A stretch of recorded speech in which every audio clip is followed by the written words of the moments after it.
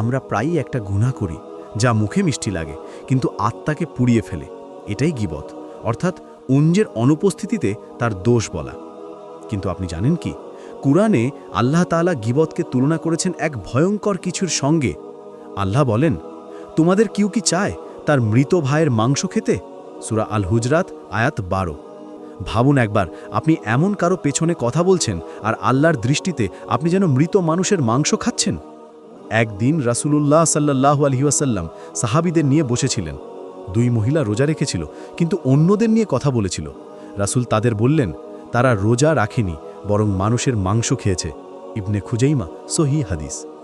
ভাই ও বোনেরা, গীবত এমন এক আগুন যা আমাদের নামাজ, রোজা সব আমল পুড়িয়ে দেয়। একজন মানুষ যত ভালো কাজই করুক, যদি সে অন্যের পেছনে দোষ খোঁজে, সেই সব অন্যের আমলে চলে যায়। আজ থেকে নিজের জিহ্বা পাহারা দিন। যখন কারো দোষ বলতে মন চাইবে, তখন বলুন, আমি তার জন্য দোয়া করব। কারণ আপনি যদি অন্যের মান ইজ্জত রক্ষা করেন, আল্লাহ কিয়ামতের দিন আপনার মান ইজ্জত রক্ষা করবেন। রাসূলুল্লাহ সাল্লাল্লাহু আলাইহি ওয়াসাল্লাম বলেছেন, যে ব্যক্তি তার ভাইয়ের ইজ্জত রক্ষা করে, আল্লাহ কিয়ামতের দিন তার মুখকে জাহান্নামের আগুন থেকে রক্ষা করবেন। তিরমিজি, হাদিস 1931। তাই মনে রাখুন, গীবত কখনো মজা নয়, এটা আত্মার ধ্বংস। চলুন আজ থেকে প্রতিজ্ঞা করি, আমি আর কারো বদনাম করব না, বরং আল্লাহর কাছে তার জন্য দোয়া করব।